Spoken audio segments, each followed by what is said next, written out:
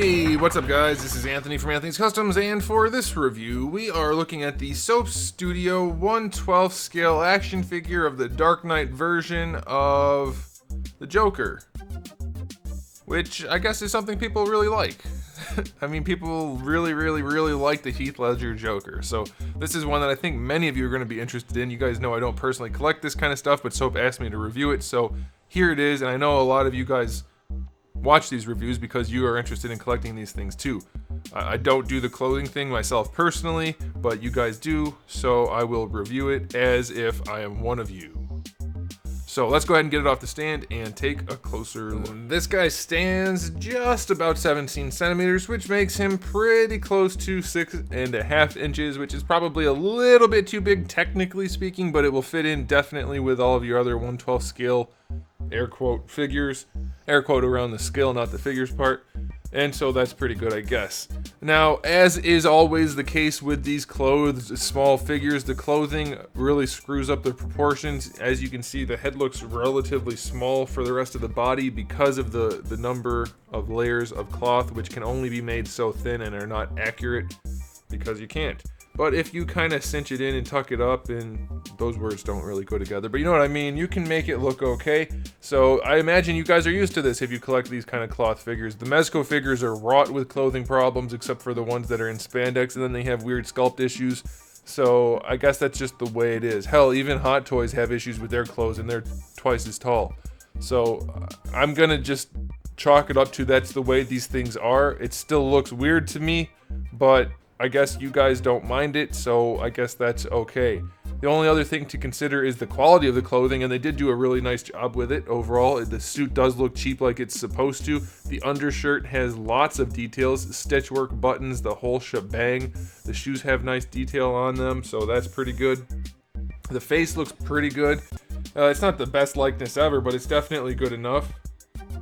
It'll get the job done. It's kind of hard to judge the sculpt with all that crazy heavy paint on it, but that's what he's supposed to have on him, so that's alright. The hair does have the right look to it, so that's pretty nice. So all in all, the aesthetics, with the clothing not included, I'd say it's like an 8. But if the clothing is included, it's more like a 6. So that's up to you guys who buy these clothed figures to decide for yourself what you think. Now, as far as accessories go, we do kind of have a lot. We have the unmasked head that you already saw. We do have the head with the clown mask on it, and the clown mask does look really nice. We have an accessory of a clown mask just for him to hold, I guess, so that's pretty cool. We have his pistol. We have a total of 8 different hands. A lot of them look like variations of trigger finger hands, and then some extra relaxed hands. None of them are very purpose-built, it looks like, so it's kind of strange. But we do have those. We have 3 canister grenades, 3 ball-shaped grenades, a stack of money. All of those look pretty nice. We have a duffel bag with functioning zippers for the main flap. You can open it up if you wanted to take the sponge or the foam that's in there out and fill it with fake money or something. You can do that. It's freaking cool that these zippers actually function. And then lastly, we have a display stand with a little clip just to hold him up. Not for action poses, but just for standard neutral poses. I guess technically it did say in the instructions that he's supposed to have interchangeable buttons or replaceable buttons for his jacket and shirt in the package, but I couldn't find them in there, so I don't know what's up with that. So accessory-wise, it's a pretty decent spread. I'm going to give it a 9 out of 10. I love the zippers on the duffel bag being functional. That's awesome. Okay, now it's time for Articulation. This is actually an updated figure, upgraded figure from their previous releases. We have some new joints in there, but I'll go through them. So first of all, we have a ball peg in the neck, at the bottom of the neck. It's not the best range in the world, but you're going to get more than enough posing done for somebody like the Joker. That should be fine. For the shoulder, we still have the ball peg that connects the arm to the body and lets the whole arm move around. Then we have a ball hinge outside of that. It is going to be difficult to pose him with the poofy jacket up here, but it is doable if you're extra careful and don't mind it getting all bunchy and wrinkly looking. It is posable. So that's why I don't collect these cloth figures. It's an inherent issue that you can't blame the company for that because you can only make cloth so small. So you do have a bicep swivel in there, double jointed elbow with good range, and now we have a wrist joint, which is a ball hinge with a ball peg, which is totally different than what we used to have before. So you have much better range on there than before. That's pretty nice. And you get a lot of range on the actual ball peg itself. So that's good. I like that. We have a diaphragm joint, which is a ball peg at the top, which does offer pretty good range. And then we have another ball peg at the lower torso, which offers really good range as well, so that's nice. Hips are your standard ball hinge hips. You can bring them forward. Does pull the pants up, but he does have socks on under there, so that's pretty good. Going out to the side, yeah, pretty good range. Thigh swivel is in there. Double jointed knee is in there. I mean, it looks pretty good. It's not too bad. And then for the ankles, we have a ball hinge that's connected with a ball peg at the top, and then we have the ball hinge at the bottom, and then a ball peg where it connects to the foot. So you have much better range on this guy. The joints are still a little sloppy, but they work much better. Not sloppy, a little bit loose. They could be a lot stiffer. And mine just broke. Is it broken, or did it just pop apart like a Revoltech joint?